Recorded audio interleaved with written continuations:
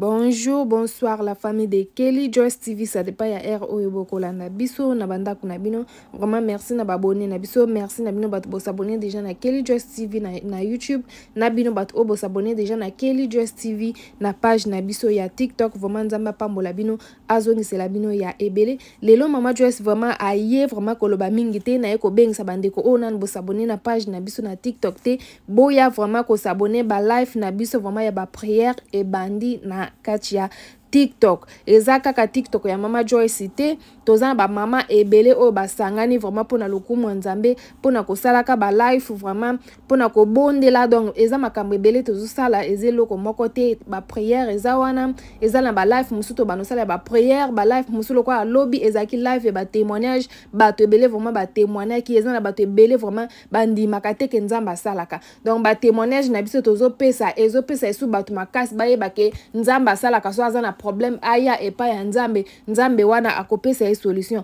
Mama Joyce a témoigné ki lobi vraiment kotalisa monena nzambe o nzamba sali vraiment na bomo enanga bato bazaki vraiment na ba déjà ba s'abonner na page nanga ba donc ceux qui bazalaki na live nzambe azwa lokumu vraiment mama Joyce a témoigné ki lobi kotalisa o nzamba sali na bomo ena yeba mama msusu pe bazaki wana ba yaki pe ba témoigné ki o nzamba sali kati na bango eza na page ya mama Joyce kaka te eza na ba page ya ba mame bele semaine o toko sala na account ya mama msusu na chaîne ya mama msusu semaine wana kune koza ya pa mama msusu semaine wana kune koza la pa mama oyo semaine wana koza la pa mama Kelly semaine wana koza la pa mama msusu donc eza tozo kene na ba page ba chaîne na TikTok donc boko ta soko koti o s'abonner et pas langa soki live e bandi vraiment mama Joyce akotindela yo lien akotindela yo link o koti vraiment to sambela elongo to kumisa nzambe elongo tozo yemba tozo sambela donc tozo kumisa nzambe na nyonso tout et si bandaki vraiment semaine prochaine tozo banda ba prière semaine lobby ezalaki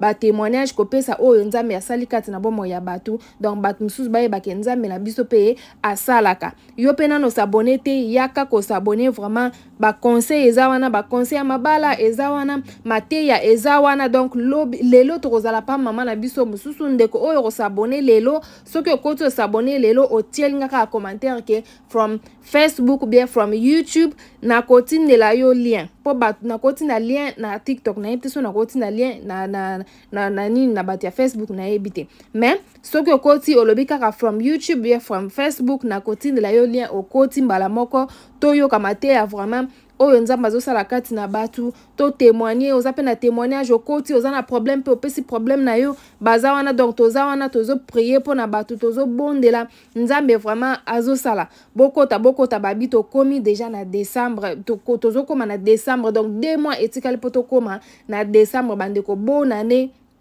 bien Noël et bitumba ezalaka makasi décembre ezaka mois o vraiment Satan abundisaka bana nzambe bandeko nanga to yebi ke Satan abundisa bana nzambe banda les premiers ti les 30 banda janvier ti décembre mais décembre eza mois o vraiment Satan alinga ko bundisa bana nzambe ndeko nanga fote le mana prière telema na prière batela libota na yo batela bana na yo mobali na yo mwasi na yo ndaku na yo famille na yo kaka na prière sans prière mawa tro bandeko nanga oyebite o nini Satan azobongisa pona bomo na yo oyebite o nini Satan bongisi pona bana na yo oyebite o nini Satan azobongisa pona libota na yo soko telemi na prière te bandeko nanga eza pasi boya to sambela boya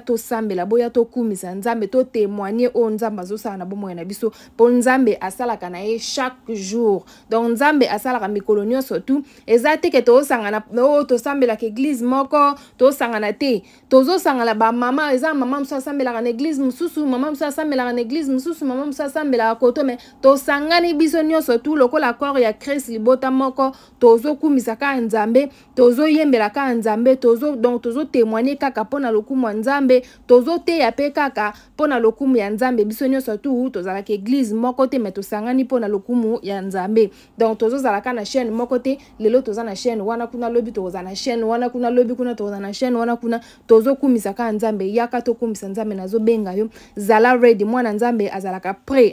azelaka te ke problème ya après yo telema na prière te avant problème ya yo déjà so telema ki déjà na prière problème ezo ya okuto déjà oso lenda ki problème ezo ya okuto déjà oza ready déjà na bitumba donc bo telema tokomi déjà na décembre telema nga na sina telemi ba mama msusu basi ba telemi donc tozozela pe yo o telema pe o ya to sambela elongo to kumisa nzambe elongo tozosala yango na YouTube te tozosala yango na Facebook te tozosala yango na Instagram te mais tozosala yango na TikTok na page peka moko te ba page ebele donc semaine au côté msusu semaine wana côté msusu yaka tozozela yo ndeko to sambela nzambe vraiment Kelly Joyce ba activité nyonso vraiment nanga e komi ko sala ma vraiment na kati ya page ya TikTok olingo mona nga moko yaka na TikTok Kelly Joyce TV chaîne ya Kelly Joyce TV na YouTube e kotika la kala mingi te e kozala pona ba théâtre e kozala pona ba gag e kozala pona ba émission ya Congo makambo ezoleka na Congo makambo donc makambo ebele ba elubu na ba star na biso oto yebi basala ka ba théâtre vraiment e kotika la pona ba makambo wana me ba activité na nga moko o etali nga moko e kobana kozala na kati ya page ya TikTok vraiment la nanga na TikTok so lingo mona nga moko tikala na TikTok ozape na page na biso pe ya YouTube po olanda ba makambo ezoleka na mboka na biso vraiment na page na biso ya nini ya Facebook tokanga ki page na biso ya Kelly Joyce na Facebook po bazo pirater ngo trop donc troisième fois déjà ba pirater ngo to décider to kanga page na biso ya Kelly Joyce na Facebook soko moni page ya Kelly Joyce TV na Facebook eza ya biso te toza esusu na page ya Kelly Joyce TV na Facebook te to komi ko poster ba video na biso na Reels donc na Reels nde tozo poster ba video na biso na Facebook toza esusu na page ya Kelly Joyce te soko koti na Reels kaka na page ya Kelly Joyce oke na Reels omona ki ba video na biso o tozo poster eza kuna me page ya Kelly Joyce eza lisusu te donc soko moni page ya Kelly Joyce seke ba pirata ngo eza lisusu biso te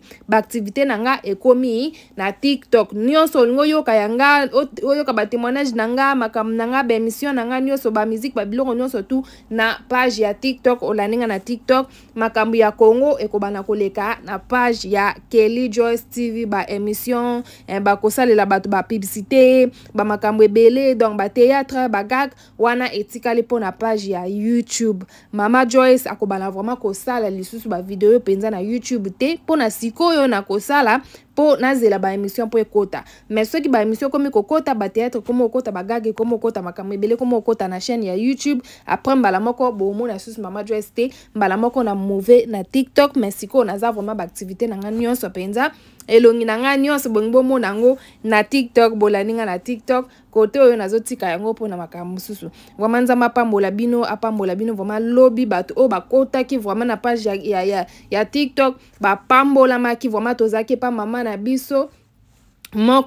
moko na biso na kati ya TikTok na chaîne na ye vraiment to pambola maki ba témoignage ezalaki wana bato ba témoigner ki onzamba sala na bomo na bango bato musu donc ba kanga vraiment ba boya ko témoigner po bazomona so témoigner mususu nza donc bato mususu ba ko interpréter on ndenga mabe po to bi ke ba congolais mususu na lobi nyonso te même mususu baza mitema mabe mais quand même na bolingwa nzamba sali ke ba mame belé ba témoigner o nzamba sala na bomo na bango Mama Joyce pa témoigner ki onzamba sali ba mame belé pe ba témoigner ki to sambela ki pe po na ba mama ebele po na bandeko ebele bazana ba problème ozana problème o ezo tungisa yo oye donc ozana mutako partager te mutako partager na ezaka nzambe donc toza wana tozo sambela po na ba problème ebele po na ba tozana problème ozo komitungisa oyebite donc solution ezalaka pa ya nzambe nzamba zaka na solution ya nyonso mutamokili okolela bandalo lelo ti lobby emso akopeso solution te akoyo kopeso solution mais na 100% te mais nzambe apesaka solution na nyonso o mutamokili asuki nde bisika nzamba bandaka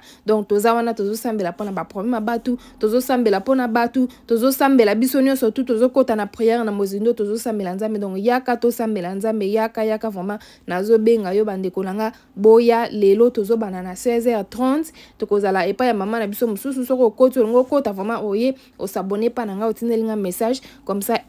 prière et bandi na kotindela yo lien comme ça osa nini okota po tokumisa nzambe elongo donc merci na bino nyonso surtout bato bo s'abonner nzamba pambola bino azongisela bino ya ebele soki pe na no s'abonner te na page na biso ya YouTube s'abonner vraiment nzambe akozanga kopambola ote yaka pe ko s'abonner na TikTok aimer pe ba vidéo partager et ko sala biso bien.